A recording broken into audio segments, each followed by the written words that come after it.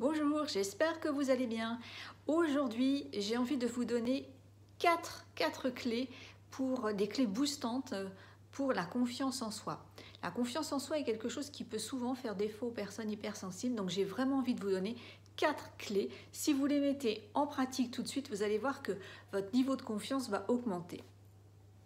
La première clé que je vous propose, c'est de prendre des décisions à partir de votre système de valeurs. C'est important de mettre de la valeur sur votre système de valeurs pour prendre des décisions à partir de celui-ci.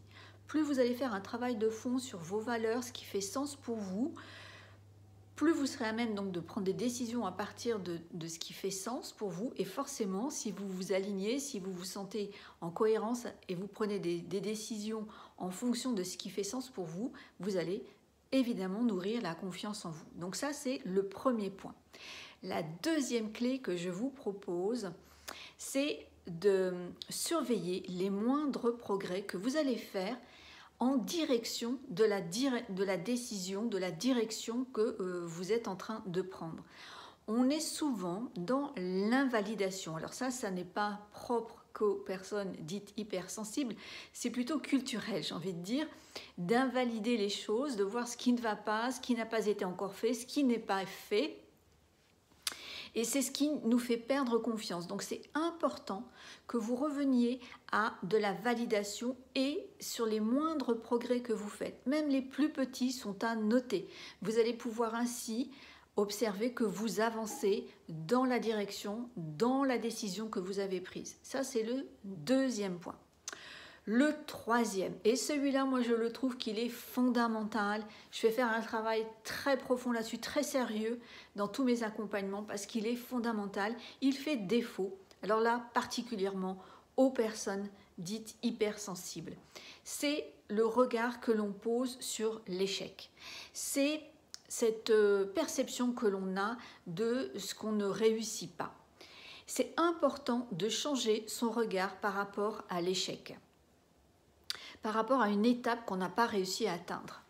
Ça fait énormément perdre confiance si on ne réussit pas à aborder ce virage-là. Ce que je vous propose, c'est dans les situations où il y a une étape qui n'a pas réussi, ou si même vous n'avez pas atteint votre objectif, ce qui parfois se produit, eh bien, évidemment, il y a un stress qui va surgir, laissez-vous traverser par le stress et puis quand vous commencez à prendre un petit peu de recul, c'est de vous dire que ce qui vient de ne pas être réussi est un tremplin pour être une source d'apprentissage.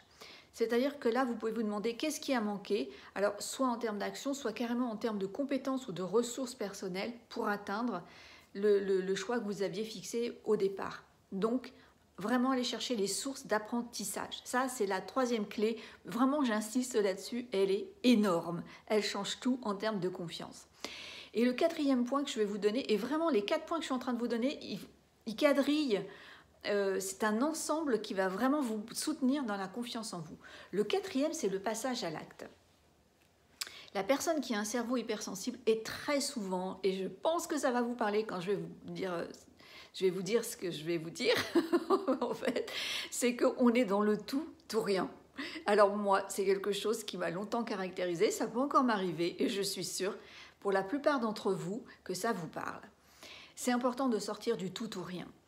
Vous avez à passer un passage à l'acte qui soit séquencé d'une manière réaliste. C'est-à-dire que vous devez envisager l'objectif que vous visez en mini-objectifs, en mini-étapes qui soient réalistes. Sinon, vous allez vous mettre une pression de dingue et le tout ou rien surgit. Et qu'est-ce qui se passe? C'est que oui, on atteint son objectif, mais alors on est rincé, on va mettre, je sais pas moi, 15 jours, peut-être 2 mois à récupérer. Ou alors, on s'est tellement mis la pression que finalement, on ne réussit pas.